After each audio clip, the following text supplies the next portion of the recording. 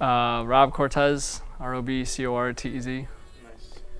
All right, what? Mostly into producing, but I've been DJing for a few years. We go under Tez and Traska. We were trying to come up with like a duo name, and then everything we came up with just sounded so bad. I just used my nickname Tez, and then we cut off half his last name is Traska, and then we turned it into Traska, which is a half, so we just kind of stuck with that. I had originally met him through a friend. He was doing 88.9. He was the Impulse DJ for that, and then we ended up getting on the show because one of my friends knew him, so then him and I started working together, and then just kind of took off from there. Well, we started off doing frats because, I mean, you can't really just work your way into like a club and be like, we're here to spin, we're the DJs kind of thing. So we started doing frats. Our very first show was at the basement of Sig Epps for it's like techno night or something like that. And I'm getting like a bunch of fire alarms pulled. And so like the fire department shows up and like kicks everybody out. And that was pretty much real. We only spun for like, I think like an hour and a half before we got shut down, maybe even that, so.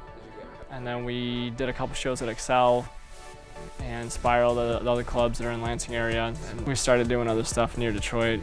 Because once we got in Detroit, I mean, there's a lot more clubs down there. And then Pontiac, and we did a New Year's Eve show in Toronto last year.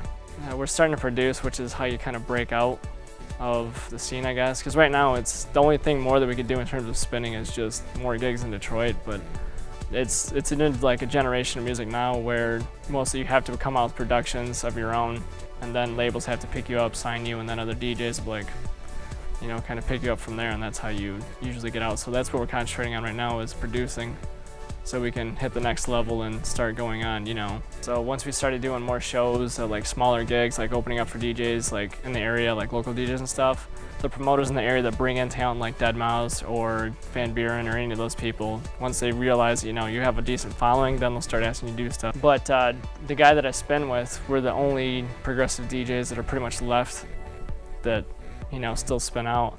So whenever, you know, progressive or a trance DJ comes by, we're hoping to open for him, but we did open for the #9 DJ in the world, Gareth Emery.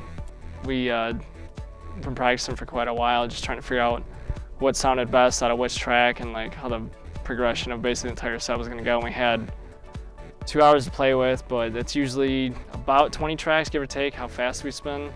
So we had like 60 tracks to play with that sounded really good, that were going to flow well into him, and that set turned out to be pretty sweet. We actually recorded it and broke it into 2-hour pieces, and on our radio show we did an hour on each show.